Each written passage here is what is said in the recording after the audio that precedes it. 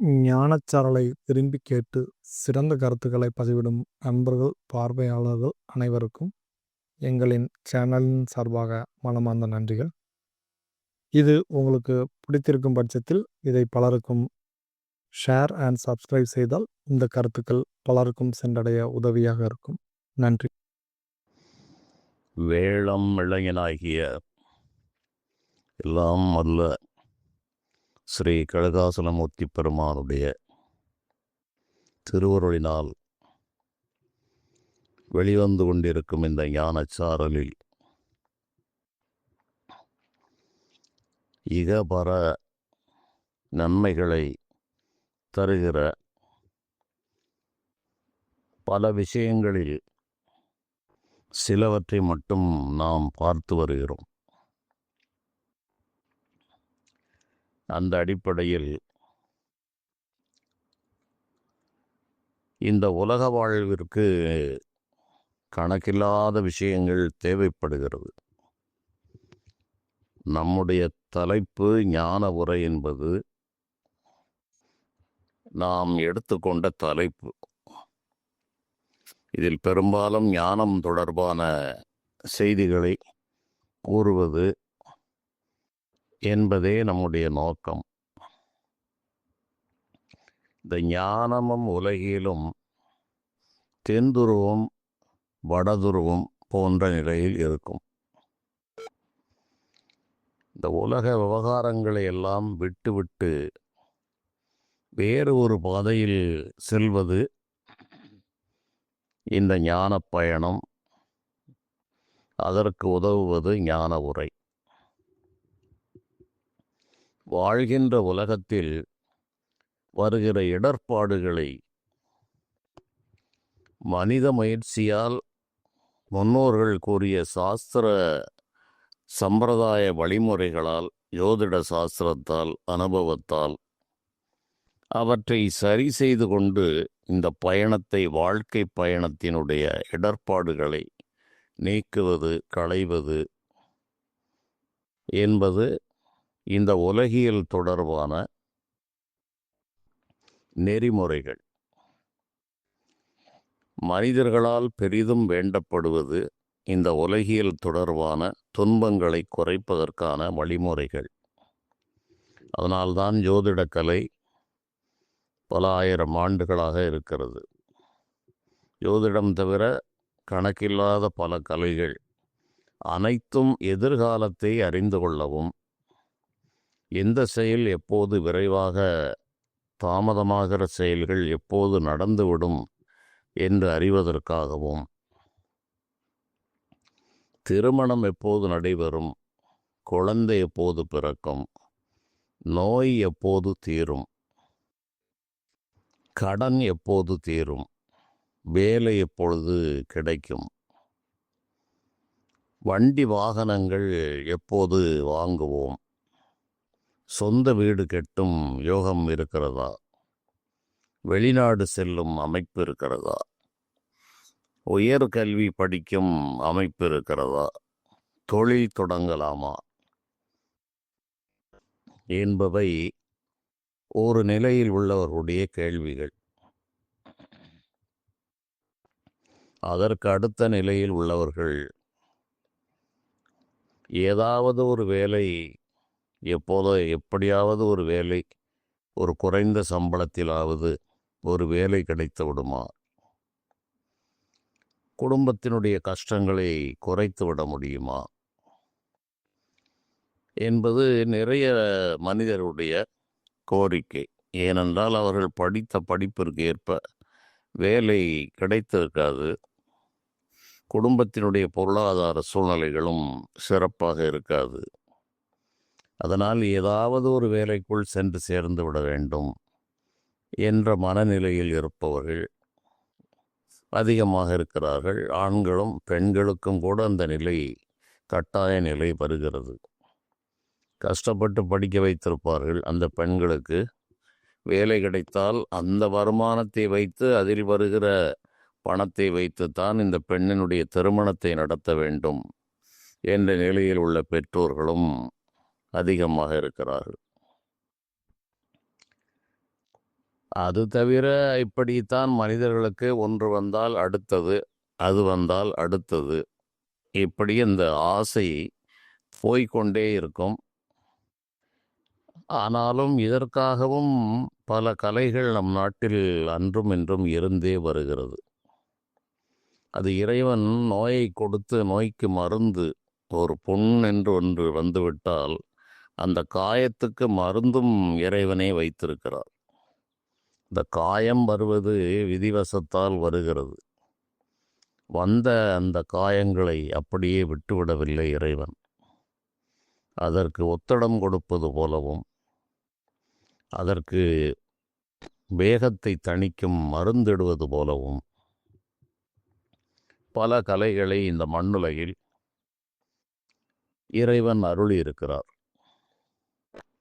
ஆனால் இருக்கிற கலைகளை சரியாக புரிந்து, இவர்கள் அனுபவத்தில் தெரிந்து, அதன் பிறகு மக்களுக்கு சரியான வழிகாட்டுபவர் யார் என்பதில்தான் முரண்பாடுகளே இருக்கிறது. இல்லாவிட்டால் விதி ஒன்றுதான் என்று அனைவரும் அதை கடைப்பிடித்து விடலாம். அதை சொல்வதற்கு நூற்றுக்கணக்கான ஆயிரக்கணக்கான நபர்கள் தேவையில்லை. இதுதான் விதி என்று வந்துவிட்டால் அதே விதியை ஒருவர் கோரினாலே போதும். அதை வைத்து அனைவருமே அதை கடைப்பிடித்து கொள்ளலாம்.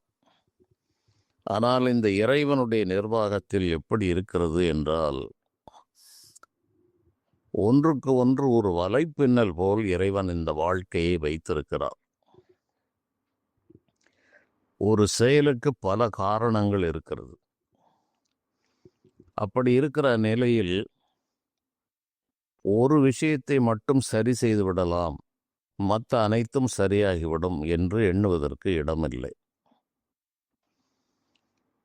வாழ்க்கை என்பதே ஏற்கனவே தீர்மானிக்கப்பட்ட ஒன்று என்று நான் பல தொடர்களில் கூறி வருகிறேன்.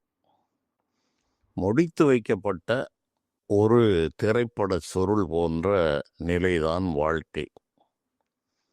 வாழ்வை குடங்கவிழ் நீரோட்டம் என்றே இரு என்று ஞானிகள் கூறுகிறார்கள். அப்படி முடித்து வைக்கப்பட்ட இந்த வாழ்க்கையில் அனைத்து விஷயங்களையும் மாற்றிவிட முடியாது என்பதை நான் தெளிவாக கூற விரும்புகிறேன். அதனால்தான் இந்த ஞான உரைகளுக்கும் நான் ஒரு ஜோதிடனாகவும் செயல்படுகிறேன், ஒரு மனையடி சாஸ்திரம் சொல்லக்கூடியவனாகவும் இருக்கிறேன். மனதில் தோன்றிய குறிப்பால் பல விஷயங்களை அவ்வப்பொழுது என்ன தோன்றுகிறதோ அதை ஒரு பித்தன் போல சொல்லிக்கொண்டு அலைகிற ஒரு நிலையிலும் இருக்கிறேன். என்னை பொறுத்த அளவில் இந்த ஜோதிடம், சாஸ்திரம், கணக்கீடுகள் இவையெல்லாம் அது இரண்டாவது, மூன்றாவது நிலையில் உள்ளவைதான். அவை எனக்கு இறைவனால் அருளப்பட்டது என்ற போதிலும் என்னுடைய நிலையை அப்படி இருக்கவில்லை. மனதில் தோன்றுவதை சொல்வதுதான் அங்கு செயலுக்கு வருகிறது. அது காட்சியாக தெரிகிறது, அந்த நேரத்தில் தெரிகிறது. இப்படி இந்த ஜோதிட சாஸ்திரத்திலேயே பலவிதமான அடுக்குகள் இருக்கிறது. ஜோதிடர் என்பவர் சாமானியமான நிலையில் உள்ளவரும் இருப்பார். ஜோதிடத்தை தவிர்த்து அருளாட்சி பெற்றவர்கள் என்று ஒரு பிரிவினர் இருக்கிறார்கள். அந்த அருளாட்சி பெற்றவர்கள் சொல்லுகிற வார்த்தைகளை இறைவன் நிறைவேற்றுகிறார். அவ்வாறு இறைவன் நிறைவேற்றுகிறார் என்ற காரணத்தால் அவர்கள் அனைவருக்கும் அந்த வாக்குகளை கொடுக்கவும் முடியாது. இப்படித்தான் இதில் பல நுணுக்கங்களும் முரண்பாடுகளும் இருக்கிறது. அதைத்தான் இந்த தொடரில் நான் புரிய வைக்க முயற்சிக்கிறேன். ஏன் இவ்வாறு என்றால், கணக்கில்லாத விஷயங்கள் கண்முன்னால் தென்படுகிறது. மனிதர்களோ சஞ்சலப்பட்டு அலைகிறார்கள். அந்த சஞ்சலப்பட்டு அலைகிற மனிதர்களுக்கு ஒரு சரியான வழியையும் தெளிவையும் கொடுத்து விடுவதுதான் ஒரு நியாயமான அணுகுமுறையாக இருக்கும். ஏதேதோ அந்தந்த நேரங்களுக்கு அவர்களை மிரட்டும் தொனியிலே பல விஷயங்களை சொல்வது, அவர்களை அச்சுறுத்தி கொண்டே இருப்பது, இவையெல்லாம் ஒரு நியாயமான அணுகுமுறை அல்ல. காரணம், ஒரு விஷயம் மட்டுமே ஒரு மனிதனுடைய வாழ்க்கையை தீர்மானிப்பதில்லை. உதாரணமாக எடுத்துக்கொண்டால் வாஸ்து. இந்த இடத்தில் நீங்கள் படிக்கட்டுகள் வைத்தால் உங்களுக்கு மாரடைப்பு வருவது நிச்சயம். இந்த இடத்தில் நீங்கள் ஒரு பெரிய ஆழ்துளை கிணறு போட்டிருந்தால் அங்கே மரணம் நிச்சயம், விபத்து நிச்சயம் என்றெல்லாம் பல விஷயங்கள் வருகிறது. ஆனால் அப்படி போட்டு நெடுங்காலம் வாழ்ந்தவர்கள், வாழ்ந்து கொண்டிருப்பவர்கள் இன்றும் இருக்கிறார்கள், விபத்துகளையும் சந்திக்கவில்லை, அவர்கள் துர்மரணங்களையும் சந்திக்கவில்லை. பெரும்பான்மையான விஷயங்கள் ஒத்துப்போகிறது என்றால் ஜாதகமும் ஒத்துப்போக வேண்டும். இந்த ஜாதகம் என்பது தன்னிச்சையாக வந்தது அல்ல. இந்த மனிதன் செய்த வினையின் அடிப்படையில் பிரம்மதேவனால் நிர்ணயிக்கப்பட்டதுதான் ஜாதகம். ஆகவே ஜாதகத்திற்கு என்று தனியாக அதற்கு ஒரு சுதந்திரமும், நவக்கிரகங்களுக்கு ஒரு சுதந்திரமும், அது தன்போக்கில் இவனுக்கு சுகதுக்கங்களை செய்கிறது என்ற நிலையும் இதில் நிச்சயமாக இல்லை.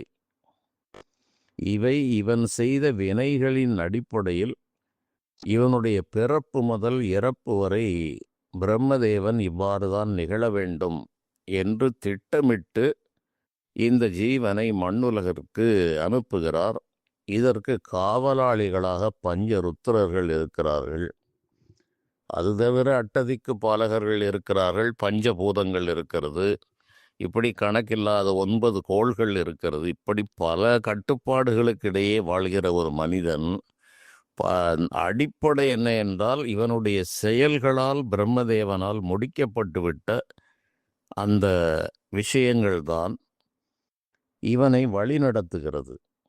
அதை கண்டு சொல்வதற்கான உபாயங்கள் தான் ஜோதிடம், வாஸ்து, குறி சொல்லுவது, அருள்வாக்கு சொல்லுவது, இப்படி பல விஷயங்களும் மறைந்திருக்கிற விஷயத்தை எடுத்து சொல்வதுதான். ஆனால் ஒருவருக்கு சொன்ன விஷயம் அடுத்தவருக்கு பொருந்தாது. இன்று நடக்கிற தவறு என்ன என்றால், ஒரு ராசிக்கு ஒரு பலனை சொல்லிவிட்டால் அனைத்து ராசிக்கும் இதுதான் விதி என்று அதை பலமாக சாதிக்கிறார்கள். அது பொதுவான விதியை குரு 2ஆம் இடத்தில் வந்தால் பொருள் வந்துவிடும், 7ஆம் இடத்தில் வந்தால் திருமணம் கூடிவிடும் என்ற விதியை அனைவருக்கும் பொருத்த முடியாது. அது ஜாதகத்தையும் பார்க்க வேண்டும், ஓழ்வினையை பார்க்க வேண்டும். இப்படி பல காரண காரியங்களில் குடியிருக்கிற வீடிற்கும் ஒரு முக்கியத்துவம் வருகிறது. இதை கண்டு அச்சப்பட வேண்டிய தேவையில்லை. அது இந்த வீட்டில்தான் இவன் இருக்க வேண்டும் என்பது விதிக்கப்பட்டது, அதை மாற்ற முடியாது. எவ்வளவுதான் ஒரு மோசமான வாஸ்து நிலைகளில் இருந்தாலும் அந்த மனிதன் நல்ல காலங்களும் அவனுக்கு உயர்வான திசைகளும் இருக்கும்போது இந்த வாஸ்து என்பதெல்லாம் மனையடி சாஸ்திரம். இந்த வாஸ்து என்பது ஏதோ ஒரு பெரிய மர்மமான விஷயமெல்லாம் ஒன்றுமில்லை. அதை நான் ஒரு தொடரில் விரிவாக விளக்கியிருந்தேன். அறிவியல் ரீதியாகவும் ஆய்வு ரீதியாகவும் விளக்கியிருந்தேன். எத்தனை பேர் அதை கவனமாக கேட்டு மனதில் கிரகித்து கொண்டார்கள் என்பது தெரியவில்லை. என்னுடைய நூல்களிலும் கூட அதை பற்றி ஒரு அத்தியாயமாகவே அதை எவ்வாறு அது அறிவியல் ரீதியாக செயல்படுகிறது, 8 திசைகள் எப்படி உருவாகிறது என்று ஒரு காந்த வயல் என்ற ஒரு அமைப்பில் அதை பற்றி விரிவாகவே நான் சொல்லியிருக்கிறேன். இது பலரையும் அச்சமடைய செய்து பல ஆயிரக்கணக்கான ரூபாய்களை செலவு செய்யும் நிலையையும் ஏற்படுத்தி விடுகிறது, நிரந்தரமான அச்சத்தையும் ஏற்படுத்துகிறது என்பதை 40 ஆண்டுகளுக்கு முன்பாகவே சென்னை போன்ற நகரங்களில் என்னிடம் அணுகியவர்கள், பல ஆயிரங்களை செலவு செய்தவர்களெல்லாம் இருக்கிறார்கள். அவர்களுக்காக நான் இவற்றை சொன்னது. இது ஆதி காலங்களில் இந்த வாஸ்து என்பது மனையடி சாஸ்திரம், அதை பற்றியும் நான் கூறியிருக்கிறேன். இவையெல்லாம் தற்காலத்தில் இந்த கான்கிரீட் வீடுகள் என்று வந்து, காம்பவுண்ட் சுவர் என்று போட்டு வந்து, இப்படியெல்லாம் கழிவறை, குளியலறை அனைத்தையும் வீட்டிற்குள்ளேயே வைத்து கொள்ளுவது என்ற நிலை வந்த பிறகுதான் இந்த வாஸ்து மனையடி சாஸ்திரம் அதிகமாக வேலை செய்கிறது. அதற்கு முன்பு அரண்மனைகளுக்கும் ஆலயத்திற்கும் இப்படித்தான் இந்த நீள அகலங்களும் கூட. அதையும் நான் முன்பே கூறியிருக்கிறேன். 12 அங்குலம் 1 அடி என்பதெல்லாம் பிழையானது. அவ்வாறு வைக்கவில்லை. கஜம், முழம் என்றெல்லாம் தச்சு முழம் என்று சொல்வார்கள். அப்படிப்பட்ட அளவுகள் தான் இருந்தது. ஆகவே இந்த அளவுகளை பற்றிய அச்சம் தேவையில்லை. அது இன்று பல விதங்களில் போட்டிருப்பார்கள். 13 அடி வைக்கக்கூடாது, 12 அடி வைக்கக்கூடாது. ஆகவே நான் கூறுவது, இவர்களுக்கு இந்த அடியை பற்றி கவலை விடுங்கள். அது வேறு பல நுணுக்கங்களை சார்ந்ததாக இருக்கிறது. மண்குடிசைதான் இருந்தது என்பதை அநேகர் மறந்து விடுகிறார்கள். ஓட்டு வீடுகளும் மண்குடிசை வீடுகளும் சுற்றுச்சுவர்கள் இல்லாத வீடுகளும் இப்படித்தான் இருந்தது. இந்த ஓலை வீடுகளுக்கு இந்த வாஸ்துவெல்லாம் வேலை செய்யாது. மாடி கட்டிய வீடு, மெத்தை வீடு, மச்சு வீடு என்றெல்லாம் சொல்லுவார்கள். அவ்வாறு அரிதாக சில வீடுகள், ஒரு ஊரிலே 1-2 வீடுகள் அவ்வாறு இருக்கும். அவர்களும் கூட முழுவதும் எந்த பக்கம் படிக்கட்டு வைக்க வேண்டும் என்றெல்லாம் சிந்தித்து வைக்கவில்லை. எந்த பகுதியில் அவர்களுக்கு எப்படி வசதி இருக்கிறதோ அப்படி செய்து கொண்டார்கள். அன்றிருந்த கலைஞர்கள் என்ன வழிகாட்டினார்களோ அதையே அவர்கள் கடைபிடித்தார்கள். அதனால் ஒரு காலகட்டங்களில் அரிதாக சிலரே பெரிய பெரிய கட்டடங்களை கட்டி வசித்தார்கள். மற்றவர்களெல்லாம் ஓலை குடிசைகளில் வசித்தார்கள், ஓட்டு வீடுகளிலே வசித்தார்கள். தென்னை ஓலை, பனை ஓலை, தரகு, இப்படி பல விஷயங்களால் இந்த மேற்கூரைகள் போடப்பட்டது. மண் தரையைத்தான் சாணமிட்டு மெழுகுவார்கள். ஜன்னலும் சின்ன சின்ன ஜன்னல்களாக அந்த மண் சுவரிலேயே தான் ஜன்னல் இருக்கும். அதற்கு கதவுகள் கூட பல வீடுகளுக்கு இருக்காது. முன்கதவு அதுவும் ஒரு பலமற்ற நிலையில் தான் இருக்கும். இப்படித்தான் அநேக வீடுகள் இருந்தது. மின்சாரம் கிடையாது. இந்த மண்ணெண்ணெய் விளக்கு வெளிச்சங்கள், சுற்றுச்சுவர்கள் கிடையாது. வெளியே ஒரு தட்டியை வைத்து அதுதான் குளியலறை. வெளியே குளக்கரை, அந்த வெளியே புறத்தே உள்ள அந்த காட்டுப்பகுதி, இவைதான் அவர்கள் இயற்கை உபாதையை கழிப்பதற்கான இடங்கள். ஆண்களெல்லாம் குளக்கரை நோக்கி செல்வார்கள். மற்றவர்கள் இது போன்ற செடிகள், முட்செடிகள் அடர்ந்த இடங்கள், ஒதுக்குப்புறமான இடங்களுக்கு செல்வது, அல்லது பலர் வீட்டிலேயே ஒரு பின்பகுதியில் கொல்லைப்புறம் என்று வைத்திருப்பார்கள். அதிலே அந்த கழிவறைகளெல்லாம் இருக்கும். அது மனிதர்களால் எடுத்து செல்லப்பட்டது அல்லது மண்ணோடு மண்ணாக மக்கி போகும் விதமாக செய்யப்பட்டது. அது ஒரு உரம் என்று மீண்டும் அது கம்போஸ்ட் உரம் என்ற நிலையில் சுழற்சியில் வந்தது. இப்படியெல்லாம் பல விஷயங்கள் இருக்கிறது. இதை இந்த ஆரிஜினலாக அதை சிந்தித்து அதற்கான விளக்கத்தை கொடுக்க வேண்டும் என்றுதான் நான் ஒரு வாஸ்து என்ற பதிவில் இதை கூறியிருந்தேன். ஏன் இவ்வாறு அந்த அடிப்படையிலிருந்து கூறுகிறேன்? நானும் எளிதாக கூறிவிடலாம். மாரடைப்பு வருகிற வாஸ்து நிலைகள் எப்படி என்று கூறலாம். அப்படியெல்லாம் கூறுகிறார்கள். பல செய்திகளை நம்மால் பார்க்க முடிகிறது. உங்கள் வம்சத்தையே அழித்துவிடும். இவ்வாறு வாஸ்து உங்கள் வீட்டில் இருக்கிறதா? உங்கள் குலத்தையே நாசம் செய்துவிடும். கவனம் என்று ஒரு 10 நிமிடம் பேசிவிடலாம். அது அனைவரையும் அச்சமுறச் செய்யும். இது போன்ற அச்சம் தரக்கூடாது என்பதாலும், இந்த ஒரு விஷயத்தால் அனைத்தும் முடிவாகிறது என்பது தவறு என்ற காரணத்தாலும் நான் அதை செய்யவில்லை. அதை மக்களுக்கு புரியும் விதமாக எடுத்து சொல்லி அந்த அச்சத்திலிருந்து விடுவிக்க வேண்டும் என்பதுதான் என்னுடைய நோக்கமாக இருக்கிறது.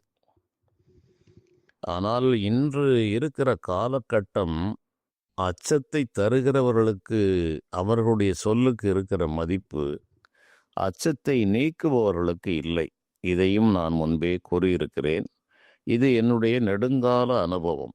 நம்பிக்கையும் தைரியத்தையும் கொடுக்கிறவர்களுக்கு பெரிய வரவேற்பு இல்லை. கலவரப்படுத்துபவர்கள், கீலியை உண்டாக்குபவர்கள், இல்லாததை இருப்பதாக சொல்பவர்கள், மிகப்பெரிய ஒரு பூடகமான ஒரு நிலையில் பேசி அவர்களை எப்போதும் ஒரு அச்சத்தின் விளிம்பிலேயே வைத்திருப்பவர்கள், அவர்களுக்கு இந்த கலிகாலம் இடம் கொடுக்கிறது. இது சாமானிய மனிதர்கள் அவ்வாறு செய்யலாம். இறைவனை சார்ந்திருக்கிறவர்கள், இறைவனுடைய அருளை நாடி நின்றவர்கள், அந்த அருள் ஒளிக்குள் சென்றவர்கள் இது போன்ற செயல்களை இவ்வாறு செய்ய முடியாது. அவர்கள் செய்யவும் மாட்டார்கள். இப்போது நான் இந்த வாஸ்துவில் சொல்ல விரும்புவது என்ன என்றால், இது மிகப்பெரிய கலை. இது ஒரு வார்த்தையில் சொல்லி முடிக்கக்கூடிய விஷயம் அல்ல. ஆனால் மனிதர்கள் கட்டிவிடுகிறார்கள் அல்லது கட்டப்பட்ட வீடுகளிலே குடியேறி விடுகிறார்கள். கட்டப்போகிறார்கள் என்று சொன்னால் நாம் சில விஷயங்களை சொல்லி இவ்வாறு செய்யுங்கள் என்று சொல்லலாம். அதற்கு அந்த மனை விஸ்தீரணம் இடம் கொடுக்க வேண்டும். எங்கு காலி இடம் விட வேண்டும், ஜன்னல் எப்படி விட வேண்டும் என்று சொன்னாலும் அங்கு உள்ள நடைமுறை சூழ்நிலைகள் அதற்கு இடம் கொடுக்காது. அது தவிர இன்னும் சிலர் பொருளாதார நோக்கத்திலே கிழக்கு பகுதியிலே ஜன்னலை வையுங்கள் என்று நான் கூறுவது உண்டு. பெரும்பாலும் அது சரியாக வரும். கிழக்கு பக்கத்தில் அடியோடு ஜன்னலை மூடிவிட்டால், வெளிச்சம் என்பதை தடுத்து விட்டால், அந்த வீட்டில் குழந்தை பாக்கியம் நிச்சயமாக தாமதமாகிறது அல்லது ஆண் குழந்தைகள் பிறப்பது குறைந்து போகிறது. இது ஒரு காரணம். இது மட்டுமே காரணம் நிச்சயமாக இல்லை என்று நாம் கூற முடியாது. நான் இன்றைக்கு தலைப்பு போடுவதே அவ்வாறு போட்டு விடலாம். அவ்வாறு போட்டால்தான் இது உள்ளே சென்று பார்க்கப்படும் என்ற நிலை நம்முடைய இந்த இதில் இல்லாவிட்டாலும் கூட மனிதர்களுடைய நிலை அவ்வாறு இருக்கிறது. ஆனால் இது உண்மை. ஆனால் இதை கலவரப்படுத்துகிற விதமாக நாம் சொல்ல முடியாது. அதை முன்ஜாக்கிரதையாக கட்டப்போகிற வீடுகளிலே நீங்கள் இப்படி ஒரு இடத்தை விட்டு 2 அடி இடத்தை விட்டு கிழக்கே ஜன்னலை விட்டு கட்டுங்கள் என்று சொன்னாலும் விதி அவர்களை செயல்படுத்த விடுவதில்லை. இதையும் நான் பார்த்திருக்கிறேன். கட்டிய வீட்டில் ஜன்னல் இல்லாத வீட்டில் குடியிருந்தார் என்றால் அது வாடகை வீடு என்றால் மாற்றிவிடலாம். சொந்த வீடு என்றால் உறவினர்கள் என்று ஒரு சுவரை பொது சுவராகவே வைத்து கொண்டு சென்றிருப்பார்கள். அதையும் தவிர்க்க முடியாது. ஆனால் இனிமேல் தான் கட்டப்போகிறேன் என்று வந்தாலும் அவர்கள் ஒரு சுவரை பொது சுவராக போட்டுவிட்டால் செலவு குறையும் என்று மாட்டிக்கொள்பவர்களும் இருக்கிறார்கள். ஆகவே அனைத்து விஷயங்களையும் யாராலும் தடுக்க இயலாது. அதுதான் இறைவனுடைய நிர்வாகம் என்று நான் கூறுகிறேன். எல்லாவற்றையும் நான் சரி செய்து விடுவேன். எல்லாவற்றுக்கும் வழிகள், தீர்வுகள் இருக்கிறது. தீர்வுகள் இருக்கும். அது யாருக்கு வேலை செய்ய வேண்டுமோ அவர்களுக்குத்தான் வேலை செய்யும். மற்றவர்களுக்கு இறைவன் வேண்டுமென்றுதான் அந்த சுகதுக்கங்களை வழங்குகிறார் என்பதை மறந்துவிடக்கூடாது. அவ்வாறு இறைவனால் கொடுக்கப்படுகிற அந்த சுகதுக்கங்களை இறைவனே மாற்றுவதில்லை என்பதுதான் உண்மை. அனுபவிப்பதற்காகவே இந்த மண்ணுலகத்திற்கு வருகிற இந்த மாய வாழ்வில் எல்லாவற்றையும் சரி செய்து விடலாம் என்று எந்த அறிஞர்களும் எந்த ஞானிகளும் கூறவில்லை. தாம் முன் செய்த வினை தாமே அனுபவிப்பார் பூந்தாமரையோன் பொறிவழியே வேந்தே ஒருத்தாரை என் செய்யலாம் ஊரெல்லாம் கொடி வெறுத்தாலும் போமா விதி என்று மிக தெளிவாக நமக்கு கூறியிருக்கிறார்கள். தான் முன் செய்த வினை தாமே அனுபவிப்பார். இவன் என்ன செய்தானோ அதை இவன்தான் அனுபவிப்பான். அது எப்படி என்றால் பூந்தாமரையோன் பொறிவழியே, தாமரையில் இருக்கிற பிரம்மதேவன் அமைத்த அந்த விதிப்படி இவன் அனுபவிப்பான். ஆகவே நமக்கு துன்பம் தந்திருக்கிறார் ஒருவர். மனத்தை துன்புறுத்தி இருக்கிறார், உடலை துன்புறுத்தி இருக்கிறார் என்று பல காரியங்கள் செய்திருக்கிறார் என்று நாம் நோவதால் பயனில்லை. ஒருத்தாரை என் செய்யலாம் ஊரெல்லாம் கோடி வெறுத்தாலும் இவருடைய சொந்த பந்தங்களெல்லாம் ஆயிரக்கணக்கான பேர் போய் வெறுத்தாலும் போமா விதி, விதி போகாது என்பதே உண்மை. எந்த ஜோதிடரிடம் ஒரு மனிதன் போக வேண்டும், அதை இவன் கேட்க வேண்டுமா கேட்கக்கூடாதா என்பதும் விதிப்படியே இருக்கிறது. இவன் என்ன அடைய வேண்டுமோ அதற்கு தகுந்த ஜோதிடரிடம் இவன் சென்று சேர்வான், அதன்படி நடப்பான். தெளிவான ஜோதிடர் குறுக்கே நுழைந்து ஒரு வழியை காட்டினால் நிச்சயமாக அவன் கேட்க மாட்டான். இதை நான் பல காலங்களாக பார்த்து வருகிறேன். இந்த பிறவி என்று எண்ண வேண்டாம், பல பிறவிகளாக இவையெல்லாம் பார்த்து ஒரு முடிவுக்கு வந்த விஷயங்கள். அதனால் ஞானிகள் சும்மா இருந்து விடுகிறார்கள், எதிலுமே அவர்கள் பட்டுக்கொள்வதில்லை. அது ஞான நிலைக்கு. உலக நிலையில் அவர்கள் உதவ வேண்டும் என்றாலும் அனைவருக்கும் அவர்களால் உதவிவிட முடியாது. இப்போது என்ன விஷயம் என்றால், நம்முடைய ஜீவ சுதந்திரம் என்ற நிலைக்குள் நம்முடைய ஜாதகமும் அதற்கு இடம் கொடுத்தால் இது போன்ற சின்ன சின்ன விஷயங்களை நாம் சரி செய்து கொள்ளலாம். ஒரு புதிதாக கட்டுகிற வீடு என்றால் கிழக்கு பகுதியை அடியோடு மூடாமல் 1, 2, 3 எவ்வளவு முடியுமோ அவ்வளவு ஜன்னல்களை வைத்திருப்பது அந்த குடும்பத்து வாரிசுகளுக்கும் நல்லது, பொருளாதாரத்திற்கும் நல்லது, அங்கு வசிக்கிற ஆண்களுக்கும் நல்லது. அதனால் வடகிழக்கு மூலையில் கழிவறையில் வைத்து விடுவார்கள் சில வீடுகளில். அவ்வாறு வைக்கப்பட்ட வீடுகள் பொருளாதாரத்தில் அடியோடு வீழ்ந்து நொறுங்கி ஒன்றுமில்லாமல் போனவர்கள் இருக்கிறார்கள். ஜாதகமும் நிச்சயமாக அதற்கு இசைவாக இருந்திருக்கும், அதையும் நான் உறுதியாக கூறுகிறேன். ஜாதகத்தில் அவனுக்கு சிறப்பான திசை என்றால் இந்த வடகிழக்கில் வைத்த இந்த கழிவறை உடனே வேலை செய்யாது. இந்த கழிவறை அங்கே அமைந்திருக்க வேண்டும், இவனுக்கு ஒரு விரய திசை வர வேண்டும் என்றால் இரண்டும் சேர்ந்து இருமடங்கு துன்பத்தை அவனுக்கு தரப்போகிறது. அதன் பொருட்டாகவே இவன் அந்த வடகிழக்கு பகுதியில் அந்த கழிவறையை கட்டுகிறான். மானிட எத்தனம், மானிட பிரயத்தனம், ஜீவ சுதந்திரம் என்ற அடிப்படைக்குள் தான் சில விஷயங்களை சரி செய்து கொள்ள முடியுமே தவிர அனைத்தையும் புரட்டி போட்டு விடலாம் என்பது இயலாத காரியம். இந்த மானிட சுதந்திரம், ஜீவ சுதந்திரம் என்பது ஒரு மனிதனுடைய நேர்மையை பொறுத்து தான் அது நமக்கு இடம் கொடுக்கும். இவனுடைய உண்மை, நேர்மை, செய்த பாவச் செயல்களுக்கு வருந்தி இறைவனை எந்த அளவு இவன் நம்பி சரணடைந்து நேர்மையாக இருக்க வேண்டும் என்று விரும்புகிறானோ அதை பொறுத்தெல்லாம் அந்த சுதந்திரத்தின் அளவு கூடுகிறது, குறைகிறது. இதையும் நான் கூறியிருக்கிறேன். நேர்மையும் இல்லை, எந்த தர்மமும் இல்லை என்றால் அவர்கள் விதியால் மட்டுமே ஆளப்படுவார்கள். அவர்களால் எந்த பெரிய ஒரு கலைஞர்களாலும் எந்த பெரிய வித்தைக்காரர்களாலும் அவருடைய விதியை மாற்ற முடியாது. இது ஒரு நிரந்தரமான விதி. ஜோதிட சாஸ்திரத்திலே சில ரிஷிகள் கூறும்போது பிரம்மதேவனே நினைத்தாலும் இவனுடைய ஆயுள் நீடிக்காது, இவ்வாறு கிரக நிலைகள் இருந்தால் என்றெல்லாம் சில வாசகங்கள் வரும். மும்மூர்த்திகள் நினைத்தாலும் இவனுக்கு மரணம் வருவது நிச்சயம் என்றெல்லாம் எழுதியிருப்பார்கள். அதற்காக மும்மூர்த்திகள் குறைந்தவர்கள் என்ற பொருத்தம் அல்ல, இந்த அர்த்தமும் அல்ல, அது பொருத்தமும் அல்ல.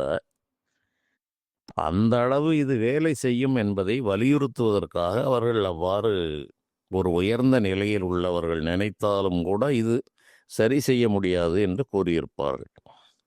அதை போல புதிதாக கட்டுபவர்கள் இந்த கிழக்கு திசையை ஜன்னல்களை வைத்து கட்டுவது நல்லது. வடகிழக்கு திசையை அடியோடு மூடாமல் இருப்பதும் அங்கிருந்து வருகிற வெளிச்சத்தை தடுக்கும் விதமாக அங்கே ஏதேனும் கட்டடங்களை வைப்பதும் தவிர்க்கப்பட வேண்டிய ஒன்று. அங்கே தண்ணீர் பகுதி, அந்த பகுதிக்கு ஈசான்யம் என்று பெயர். வடகிழக்கு என்றால் அந்த திசைக்கு அதிபதி ஈசானன். இந்த ஈசானன் என்பது சிவபெருமானுக்கு 5 முகங்கள். ஈசானம் என்பதுதான் ஈசானம், தத்புருஷம், வாமதேகம், வாமதேவம், அகோரம், சத்யோஜாதம் என்று 5 முகங்கள் இறைவனுக்கு, சிவபெருமானுக்கு கூறப்பட்டதில் அந்த ஈசானன் என்கிற முகம்தான் அந்த வடகிழக்கு பகுதியை ஆட்சி செய்கிறது. அதனால் அந்த ஈசான்ய வழியாகத்தான் அருள் சக்தியும் ஆற்றலும் ஒரு மனைக்குள்ளே நுழைகிறது. அதன் பொருட்டாக அந்த திசையை மூட வேண்டாம் என்று கூறினார்கள்.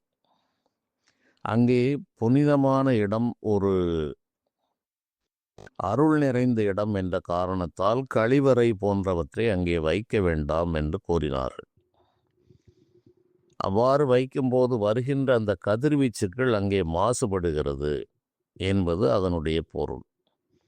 அதனால் அந்த இடத்தை திறந்து வையுங்கள், அந்த இடத்தை வெளிச்சமாக வையுங்கள். அந்த இடம் பஞ்சபூதங்களிலே தண்ணீருக்கான இடம் என்பதால் தண்ணீர் தொட்டிகளை, மண்ணுக்கடியில் தொட்டீர்களை வையுங்கள். மேலே தண்ணீர் இருந்தால் மேலே தண்ணி குழாய்களை வைக்கலாம் என்றெல்லாம் கூறுவதுண்டு. அங்கே அதிக பாரம் என்பதை அதை நான் விளக்கியிருந்தேன். காந்தத்தில் பலம் குறைந்த பகுதி போல் அந்த மண் அந்த இடத்தில் பலம் குறைந்திருக்கும். ஆகவே அதிகமான கனத்தை ஏற்றாமல் இருங்கள் என்றெல்லாம் கூறுவதுண்டு. இவற்றிற்கு மாறாக இருந்து ஜாதக ரீதியாக இவர்களுக்கு திசைகளும் சரியில்லாமல் போகுமானால் நான் முன்பு கூறிய அனைத்து துன்பங்களும் இவர்களுக்கு இருக்கும். வாடகை வீடுகளில் இவ்வாறு இருந்தவர்களை, பலரை வீடுகளை மாற்றச் சொல்லி அவர்களுக்கு பலவிதமான சிரமங்கள், குறைந்தது அதுவும் காலம் வர வேண்டும். அந்த காலம் வந்தவர்களே நம்மிடம் வருவார்கள். நாம் சொல்வதை அவர்களுக்கு கேட்பதற்கு விதி அவர்களுக்கு ஒத்துழைக்க வேண்டும். அந்த விதி ஒத்துழைத்து கேட்பதற்கு மதி வேண்டும். அந்த கேட்கிற மதி வந்த பிறகு விதி அவர்களுக்கு ஒத்துழைக்க வேண்டும். அவ்வாறு இருந்தால் மட்டுமே அந்த காரியங்கள் நடந்திருக்கிறது. அப்படி நிறைய காரியங்கள் நடந்திருக்கிறது. சின்ன வேலைதான். 10-12 ஆண்டுகள் குழந்தை இல்லாமல் இருந்திருப்பார்கள். பல லட்சம் ரூபாய்களை செலவழித்தவர்கள் இருக்கிறார்கள். ஒரு சின்ன சின்ன வேலைகளை, பரிகாரங்களை, சிறு ஆலயங்கள், பக்கத்திலே இருக்கிற ஒரு ஆலயமாக இருக்கும், அவ்வாறு மனதிலே தோன்றுவதை கூறி அந்த காலங்கள் வரும்போது இவைகள் எளிதாக நடக்கிறது. அவர்களுக்கு இரட்டை குழந்தைகள் பிறந்தவர்கள் அநேகர். ஒரு குழந்தைக்கு வழியில்லை என்றால் இரட்டை குழந்தைகளாக பெற்றவர்கள் என்னுடைய வாழ்வில் நான் அதிகமான நபர்களை பார்த்திருக்கிறேன். சரி, இவ்வாறு கூறுகிறார். எல்லாருக்கும் அந்த நிலையை ஏற்படுத்திவிட முடியுமா என்பதில் தான் சிக்கலே அடங்கியிருக்கிறது. எல்லோருக்கும் அவ்வாறு செய்ய இயலாது. அவர்களுடைய ஜாதக நிலை, விதிநிலை சரியாக இருந்து அந்த காலமும் வந்து நம்மோடு அணுகினால் அவர்களுக்கு அந்த காரியங்கள் நடக்கும். பொதுவாக கேட்கிறார்கள், விரைவில் குழந்தை பிறக்க வேண்டும் என்று. இந்த தொடர்களிலே கூட அநேக அன்பர்கள் குழந்தை பாக்கியம் வேண்டும் என்று அந்த கருத்து பதிவுகளை பார்க்கும்போது தெரிகிறது. அவ்வாறு அவர்களுக்கு அந்த குழந்தை பாக்கியங்கள் தடைப்படுகிறது என்றால் கிழக்கு பகுதி சரியாக இருக்கிறதா என்று அவர்கள் பார்த்து கொள்ள வேண்டும். கிழக்கு பகுதியை அடியோடு மூடியிருந்தாலோ, வடகிழக்கிலே கழிவறைகள் இருந்தாலோ, வடகிழக்கு பகுதியை முற்றிலும் மூடி வைத்திருந்தாலோ இந்த குழந்தை பாக்கியம் தாமதமாகிக் கொண்டே போகும். பொருளாதாரத்திலும் சிரமங்கள் இருக்கும். திருமணம் நடப்பதிலும் கூட சுணக்கத்தை ஏற்படுத்தும். அதை தவிர ஒரு வீட்டின் பெண்கள் நன்றாக இருக்க வேண்டும் என்றால் தென்மேற்கு மூலை என்பதை அங்கு சென்னை பகுதியில் நிருதி என்று கூறுவார்கள். தெற்கு பகுதியில் அதற்கு கன்னி மூலை என்று பெயர்.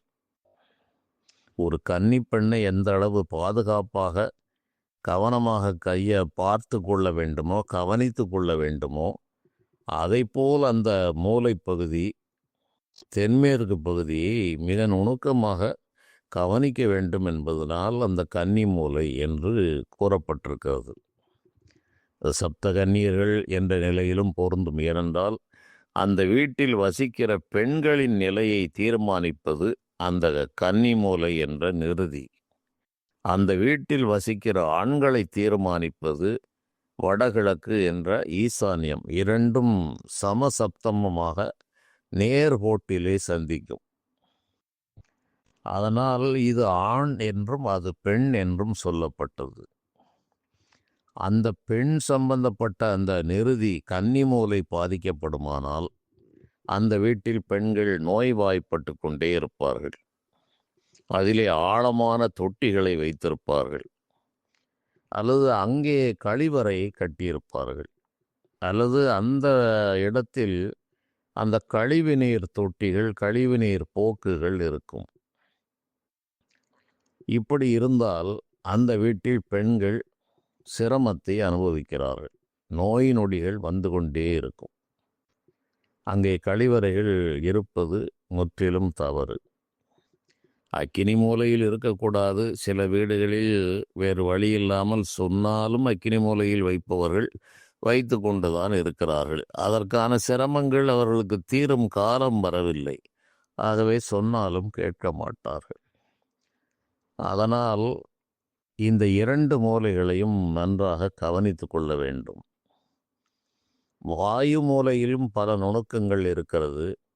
அந்த வாயு மூலையில் பொதுவாக இந்த கழிவறையை கட்டுவது என்று, கழிவறையை வீட்டிற்குள் கட்டுவது என்ற ஒரு நிலை வந்த பிறகுதான் இதை பற்றி இவ்வளவு விரிவான விளக்கங்கள் தேவைப்படுகிறது. அதற்கு முன்பு வரை அதற்கான தேவையில்லை. அவ்வாறு ஏன் அந்த வாயு மூலையில் கட்ட சொல்கிறார்கள், அது வீட்டிற்கு வெளியே அந்த செப்டிக் டேங்க் என்பதை அமைக்க சொல்கிறார்கள் என்றால், காற்றோடு காற்றாக அந்த நச்சு கழிவுகள் எல்லாம் கலந்து சென்று விட வேண்டும் என்று அந்த மூலையை தேர்ந்தெடுத்தார்கள். அது காற்றினுடைய பகுதி. காற்றிற்கு நேராக உள்ள அந்த தென்கிழக்கு நெருப்பினுடைய பகுதி. நெருப்புக்கும் இந்த பக்கம் நீர், இந்த பக்கம் நெருப்பு. நெருப்பிலிருந்து ஆரம்பித்து நெருப்பு, நிலம், காற்று, நீர் என்று 4 திசைகளும் பிரிகிறது. இந்த 4ம் 4 ராசி அடிப்படையிலும் இது பிரிக்கப்படுகிறது. இது மிகப்பெரிய விஷயம். இவர் என்ன ராசியில் பிறந்திருக்கிறார்? நெருப்பு ராசியில் பிறந்திருக்கிறாரா, நீர் ராசியில் பிறந்திருக்கிறாரா? ராசி ஒரு நெருப்பு ராசியிலும் லக்னம் நீர் ராசியிலும் அமைந்திருக்கலாம். இப்படி இவற்றையெல்லாம் பார்க்க வேண்டும். இப்படி கணக்கில்லாத விஷயங்களை பார்த்த பிறகு தீர்மானிக்க வேண்டிய ஒரு செய்திகளை மேம்போக்காக உங்களுக்கு அகால கண்டம் ஏற்பட்டுவிடும். உங்கள் வீடு இப்படி இருக்கிறதா, அகால விபத்து கண்டம் ஏற்பட போகிறது, உங்கள் வீட்டில் இந்த மரம் இருக்கிறதா, ஒரு கொடிய விபத்து ஏற்பட போகிறது, இப்படிப்பட்ட பல தலைப்புகளில் பல செய்திகளை நம்மால் பார்க்க முடிகிறது. அதனால் நான் இன்று சொல்ல விரும்புவது, ஒரு விஷயம் அனைவருக்கும் அப்படியே பொருந்தாது. எளிதாக செய்ய முடியும் என்றால் இது போன்ற விஷயங்களை, இது போன்ற மூலைகளை கவனமாக தக்க அறிஞர்களோடு கேட்டு சரி செய்து கொண்டால் சிரமங்களை குறைக்கலாம். ஜாதகம் என்பது பிரதானமாக வேலை செய்யும். அது இல்லாமல் இது ஒரு வாஸ்துவில் ஒரு சின்ன ஒரு பிழை நேர்ந்து விட்டது என்றால் அவர்களை அடியோடு வீழ்த்தாது. தக்க காலம் வரும் வரை அது காத்திருக்கும். வினைப்பட்டியலில் இல்லை என்றால் அந்த வீடுகளில் 100 ஆண்டுகள் கூட அவர்கள் தொல்லை இல்லாமல் வசித்து கொண்டும் இருப்பார்கள். உற்று பார்த்து கட்டிய வீடுகளில் குடியேறிய சில காலங்களில் விபத்துக்களை சந்தித்தவர்கள் மிக அதிகம். அதை நான் பார்த்திருக்கிறேன். கணக்கில்லாத சூட்சமங்கள் இதில் மறைந்திருக்கிறது. அடுத்தடுத்த தொடர்களில் இந்த சின்ன சின்ன நுணுக்கங்களை பார்க்கலாம். நன்றி.